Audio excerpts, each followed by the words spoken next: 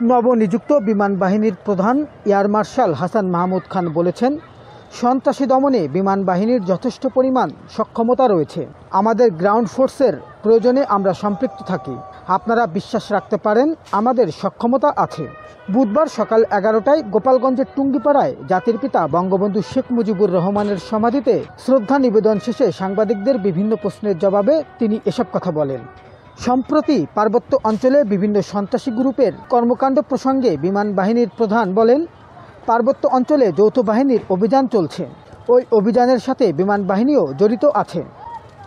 প্রধানমন্ত্রী সবসময় বলেন, আমরা কারো সাথে শত্রুতা করতে চাই না। যদি কখনো কেউ আমাদের আক্রান্ত করার চেষ্টা করে, সেক্ষেত্রে আমরা দাঁতভাঙা জবাব দেওয়ার জন্য প্রস্তুত রয়েছি। এর আগে বুধবার সকাল 11টায় গোপালগঞ্জের টুঙ্গিপাড়ায় পৌঁছে জাতির পিতা বঙ্গবন্ধু শেখ মুজিবুর রহমানের সমাধিতে পুষ্প স্তবক অর্পণ করে গভীর শ্রদ্ধা জানান বিমান বাহিনীর নবনিযুক্ত প্রধান এয়ার মার্শাল হাসান মাহমুদ খান। এরপর বাংলাদেশ বিমান বাহিনী মহিলা কল্যাণ সমিতির সভানেত্রী সালেয়া খান জাতির পিতার সমাধিতে শ্রদ্ধা জানান। পরে বঙ্গবন্ধু ও তার পরিবারের শহীদ সদস্যদের রুহের মাগফিরাত কামনা করে ফাতিহা পাঠ ও বিশেষ মোনাজাতে অংশ নেন। উল্লেখ্য, গত 11 জুন বিমান বাহিনী প্রধান এয়ার মার্শাল হাসান মাহমুদ খান বাংলাদেশ বিমান বাহিনী প্রধানের দায়িত্বভার আনুষ্ঠানিকভাবে গ্রহণ করেন। প্রথমত, এটা যৌথ বাহিনী চলছে এবং বিমান বাহিনী তার মতো অবশ্যই আমরা এটার সাথে জড়িত আছি।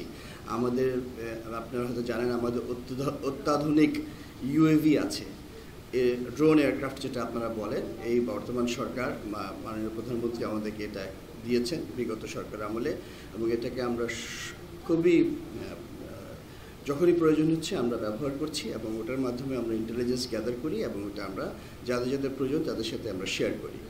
এছাড়াও আমাদের সমস্ত রকমের সক্ষমতা আছে। যদি আমাদের গ্রাউন্ড ফোর্সের অ্যাডিশনাল কোনো রিকোয়ারমেন্ট হয়, তখন আমরা অবশ্যই আমাদের এয়ার সাপোর্ট দিতে পারবো। এরকম আমাদের পুরোপুরি সক্ষমতা আছে।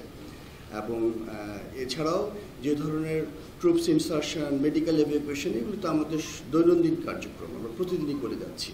সুতরাং আমরা সম্পূর্ণভাবে এটার সাথে সম্পৃক্ত আছি এবং আমরা আরও প্রয়োজন হলে আরও বেশি হবে। It is on requirement basis, that is আপনাকে বলতে পারি। আপনারা বিশ্বাস রাখতে পারেন, আমাদের বিমান বাহিনীর সক্ষমতা আছে।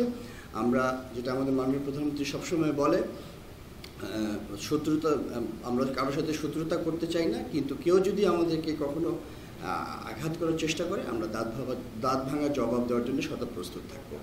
আপনি জানেন, আমাদের বিগত সরকারের কোভিডের পূর্বে মাননীয় প্রধানমন্ত্রী আমাদেরকে মাল্টি রোল কম্ব্যাট এয়ারক্রাফটের জন্য অলমোস্ট আমরা অনেক দূর এগিয়ে গিয়েছিলাম।